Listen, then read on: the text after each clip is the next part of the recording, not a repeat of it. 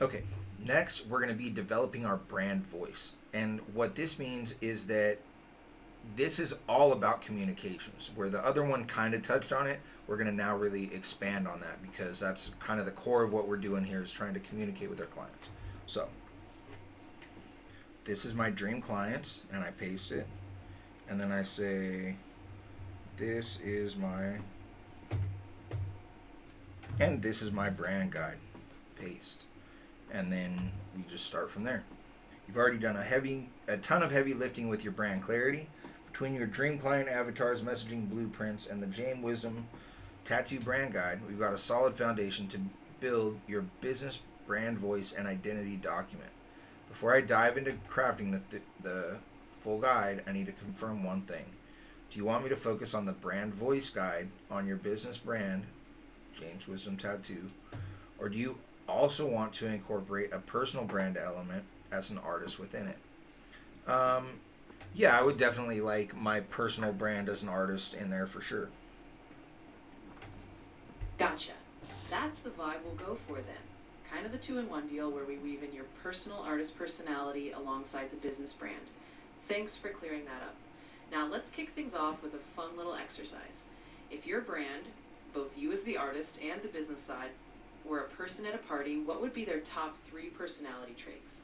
Let's hear what comes to mind. I don't know. Give me some suggestions. Absolutely. No stress. Let me toss a few ideas in the ring and you can just snag whatever feels right. So, picture this. If your brand rolled up to a party, maybe it's got that easygoing, welcoming vibe, like someone who instantly makes you feel at home. Another trait might be that it's a bit of a craft nerd. You know? The kind of person who geeks out over fine details and originality, but still keeps it super down to earth. And maybe there's a dash of that old soul artist in there. Someone who's got stories and a sense of real connection, not just a slick sales pitch.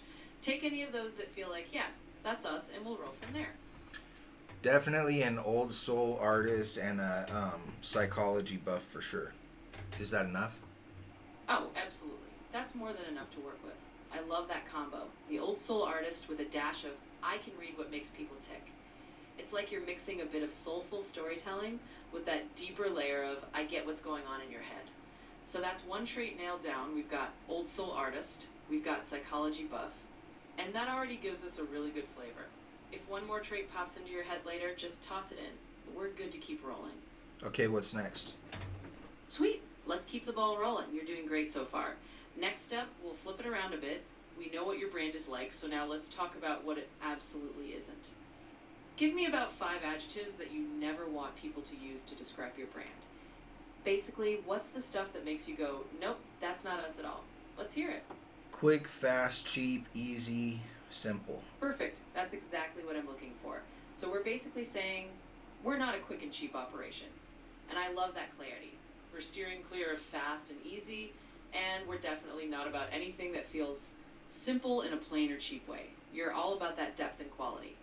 Awesome. We've got a really solid direction now. Let's keep cruising from here. Okay, let's. You got it. We're on a roll, so let's just keep this going. Now that we've nailed down what you are and what you absolutely are not, let's jump into the next piece of the puzzle. Let's talk about values. Give me a couple of core values that really drive what you do. In other words, the big stuff that really makes you tick. Like, what are those guiding principles that you basically plant your flag in the ground for? Could be stuff like creativity, authenticity, you name it. Just toss me a couple of those core values that really anchor your brand, and we'll keep cooking this up. I believe it's super important to be creative and original, but I also think it's really important to continue learning forever. Oh, I'm loving those. So we've got creativity and originality front and center. Basically, you're all about making sure your work is never cookie cutter. And that lifelong learning piece, that's gold. It's like you're saying we're always going to be growing, exploring, and pushing boundaries. All right, we've got a nice little stack of traits and values here. We're basically building out the DNA of your brand voice. And trust me, it's sounding pretty awesome so far. Sweet. Well, I just want to make it so that I can really aim at those two client categories directly. Absolutely, and you're spot on. We'll shape everything so it speaks right to those 2 client types. Indie Iris and Boutique Ben, like you're having a one-on-one chat with each of them. So we've got the foundation. Your brand's an old soul artist with a bit of a psychology edge. Definitely not a quick and dirty shop, and all about creativity and lifelong learning. Now we'll just aim those vibes right at your dream clients. Let's say Indie Iris is going to feel that warm personal touch, and Boutique Ben is going to get that refined, high craftsmanship tone. All right, we're cruising now. Keep these little nuggets coming, and we'll have that brand voice locked in. Yeah, tell me what you need from me. Absolutely. I'll keep it nice and simple. The next thing I want to hear from you is about your audience. You've already given me the avatars, but let's get a little more personal. If you had to describe how you want these clients to feel when they interact with your brand, whether they're looking at your website, reading a post, or sitting in your studio, what's that emotional vibe you want to wrap them up in? Just paint me a quick picture of how you want them to feel, and we'll shape the voice to match that.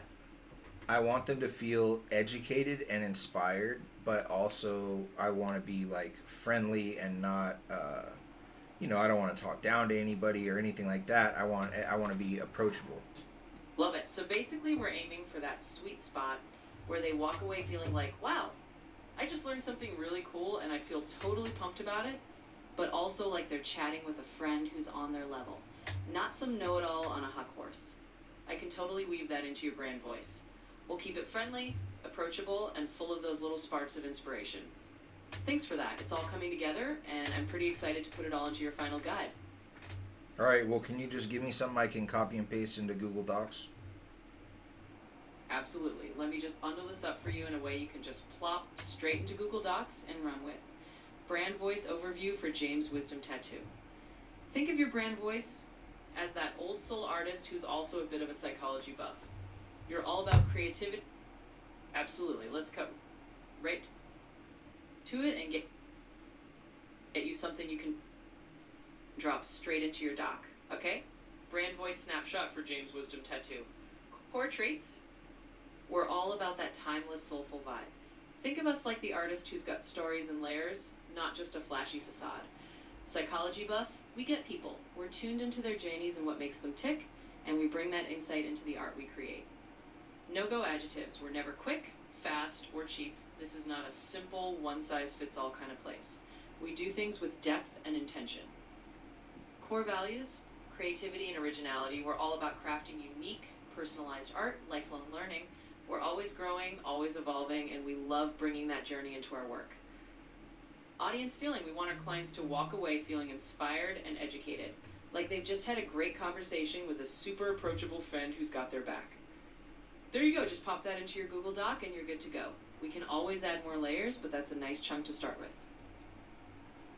Boom. So, same thing here. Now we're going to go say... So this didn't, for whatever reason, print it into the chat, so I'm going to just tell it, give me the copy and paste version.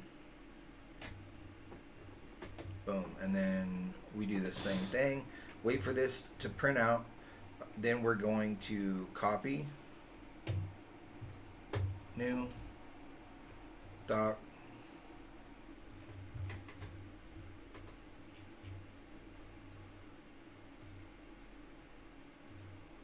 Publish.